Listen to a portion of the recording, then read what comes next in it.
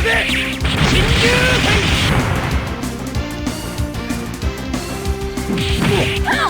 you go!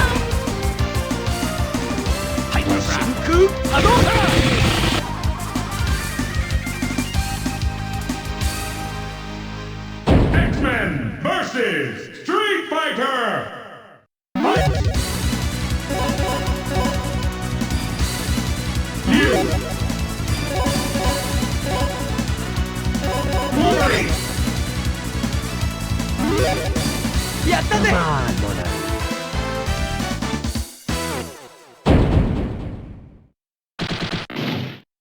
Ready. Come on, mon ami. Fight!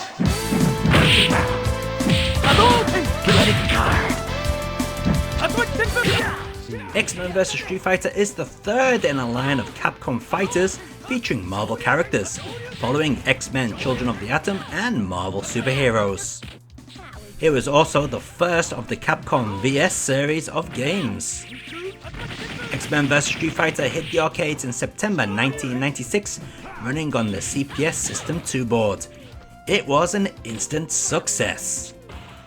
X-Men vs Street Fighter features gameplay similar to Street Fighter, but incorporates dual character selection and team tag based combat. Each player selects two characters to compete in a one-on-one battle, attempting to defeat the opposing team. The players are given the ability to switch between their characters at any point during the match. The game also incorporates numerous elements from X-Men Children of the Atom and Marvel Superheroes. Cajun strike. Kinetic card. Boom! Come on.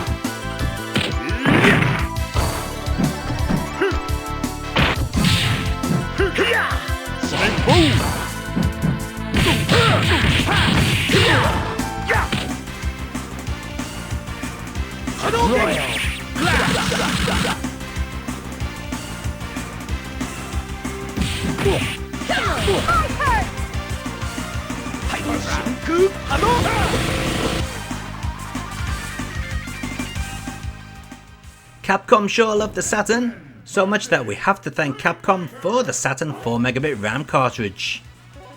It was Capcom who pushed Sega to make it happen. So it comes as no surprise that X-Men vs Street Fighter on the Saturn makes excellent use of the 4MB RAM cartridge.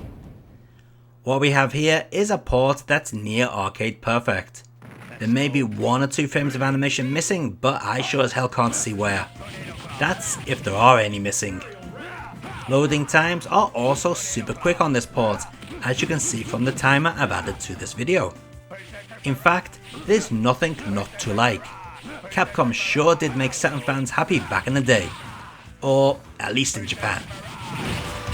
Let's go. Tornado claw. Shinku Hadouken. Hadouken.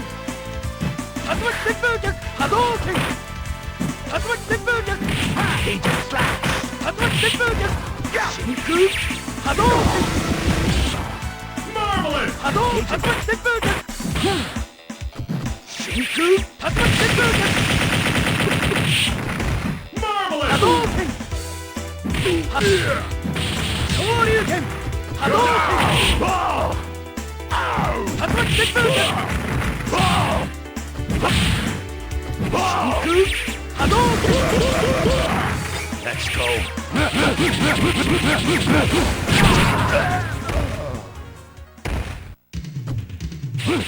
Tornado come.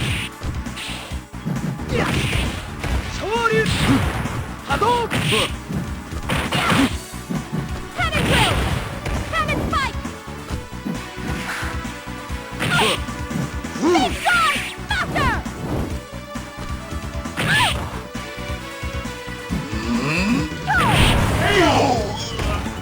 Hammy, win!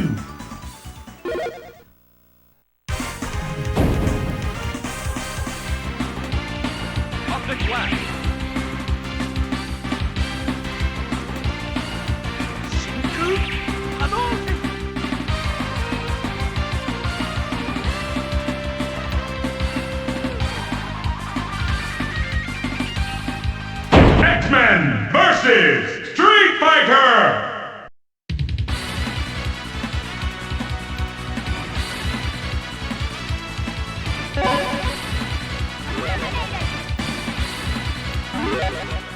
So after the practically arcade perfect Saturn port, here we go with the PlayStation port. I'm not gonna hold back, I'm gonna say how it is. This is a heap of crap. There are just so many things wrong with it. For the start, the animation on the characters is abysmal. It's half of the Saturn and the arcade game. It slows down during gameplay and it keeps repeating stages.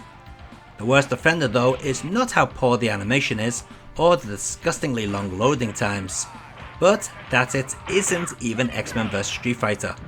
They've changed how the game plays. It's now impossible to tag and change characters mid-match. In fact, you can't even control the second character. They only appear when performing the super combo. What good is that? I'm sorry PlayStation fans, but this truly is a piss poor port if ever there was one.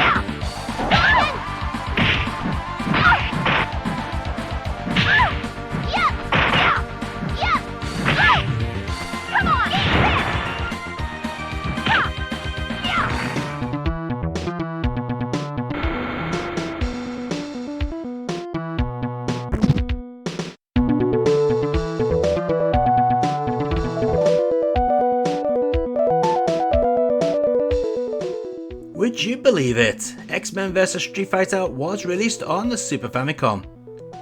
Okay, maybe not officially, and it shows. This is pathetic. It's unknown who put this crap together, but we do know it uses the SNES fighting engine that many games from China used.